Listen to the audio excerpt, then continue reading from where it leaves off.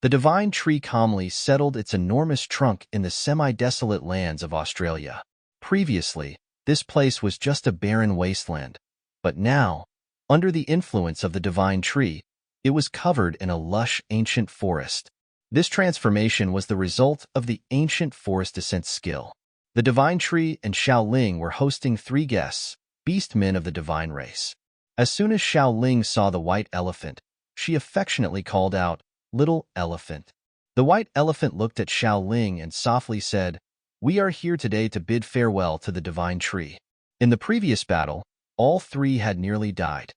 In fact, the dragon god and the seahorse god had been absorbed.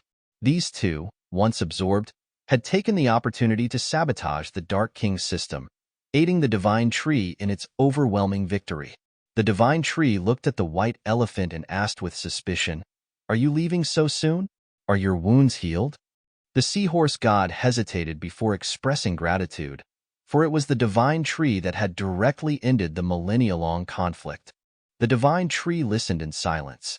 Then the dragon god spoke, his voice filled with peace and gratitude. "From now on, our descendants will not have to bear this heavy fate anymore." Indeed, this also meant that the duty of passing on from generation to generation would no longer be a burden on the divine race. The divine tree then asked, "So what will you do from now on? How about staying at my misty mountain?" The dragon god remained silent for a moment, seemingly contemplating the possibility that the divine tree might recruit them, but eventually he spoke up to decline. "Perhaps we will continue to stay at Sky Mountain. Anyway, thank you for your kindness." The divine tree did not force them, knowing that the divine race were transcendent beings who did not wish to be entangled in this world. The divine tree bid them farewell, and shortly after, the dragon god and the seahorse god swished their tails, leaping into the sky and disappearing. The divine tree watched them leave, feeling a sense of regret, thinking how wonderful it would be if they could become his subordinates. After all, they possessed many supreme skills, such as sealing and expulsion, had the ability to penetrate systems, and most importantly, there was not a trace of darkness in their hearts. Below, the white elephant and Xiaoling remained. At that moment, the white elephant called Xiaoling's name as if to remind her of something, and then Xiaoling immediately bowed to her master. Both of them flew into the sky and left.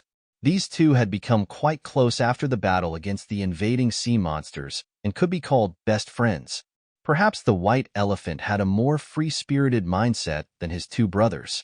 Although he did not want to be the divine tree's subordinate, with so much free time, he would be Xiaoling's close friend and accompany her on other missions. The divine tree sighed once again, watching the 2 figures fly away, still feeling a sense of pride that everyone could fly while he, possessing the power to destroy heaven and earth, still did not know what it felt like to fly. In the Federation of China, the capital was bathed in brilliant golden sunlight.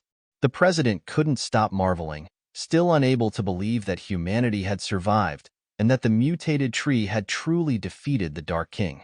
This also meant that from now on, no creature on this planet could oppose the mutated tree anymore.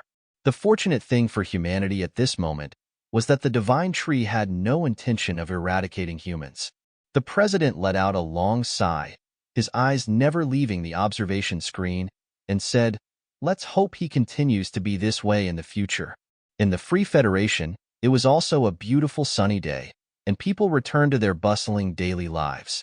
At the government headquarters, a beautiful secretary was reporting to the president that rescue operations had begun in the disaster-stricken countries. She then presented her boss with a document from the United Nations about conducting rescue operations. The president, upon reading it, felt an immediate headache. It turned out they were requesting the Free Federation to send troops to Australia, fearing that the mutated beasts there might pose a danger, especially with the divine tree stationed there. Every time they looked at the energy map, a red, the size of the entire screen caused nightmares for the politicians. Indeed, the leading nations had their own pressures. Seeing her boss panic, the secretary added that fortunately, 5 permanent members had disagreed, deeming it unnecessary. After thinking for a while, the president darkly said, "Let them be. We will still send troops there, under the pretext of world security.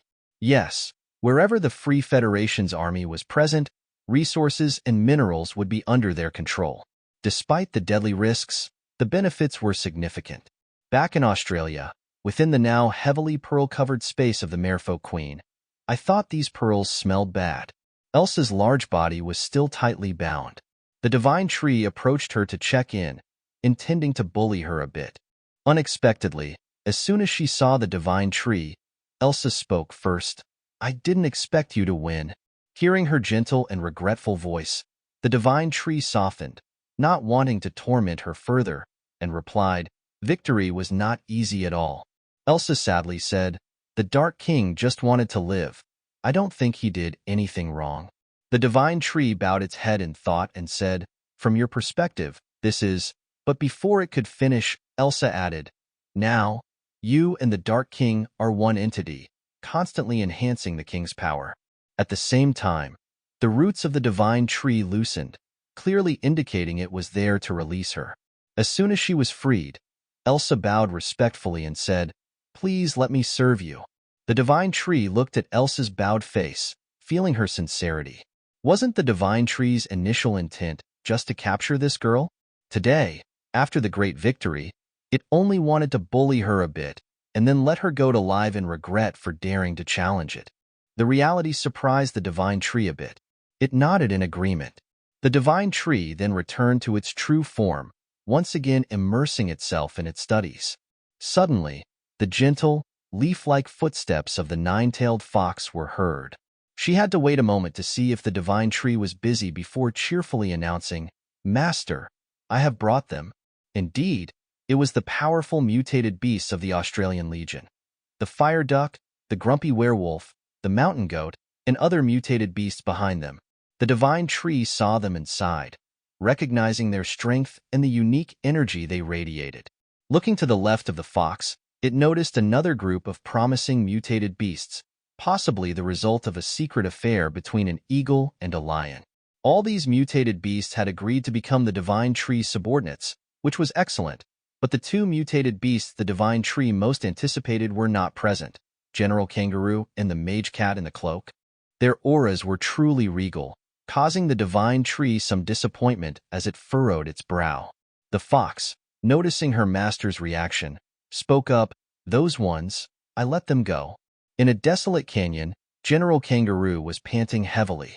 The mage cat beside him reminded Kangaroo to try to rest, as his injuries seemed very severe. After the battle with the nine-tailed fox, Kangaroo had suffered countless wounds, and his remaining energy had been completely drained by the Dark King. His survival up to this point was thanks to his naturally robust physique. Suddenly, a bored voice sounded, "Found him. He's here." It turned out that Cheesy had been sent by the divine tree to find them. Kangaroo lifted his head to look, but his weakened state left him unable to do anything. The mage cat, on the other hand, quickly threw off his cloak and shouted angrily, "I knew it! There's no way that guy would just let us go out of kindness. Come on, bring it on." Under the cloak, sharp claws were revealed. Seeing the intense posture of the opponent, Cheesy hurriedly waved his hands and explained, Wait, I didn't come here to fight, but to deliver a message." Cheesy was holding a vial of life essence and tossed it to the mage cat, adding, "My big sister sent this life essence for you. It's enough to use. She also said that you will never be her match. It's a miracle you survived, so don't even think about revenge. Find somewhere to hide." Cheesy's voice then softened as he bowed his head, continuing, "Remember not to waste the life you barely managed to regain."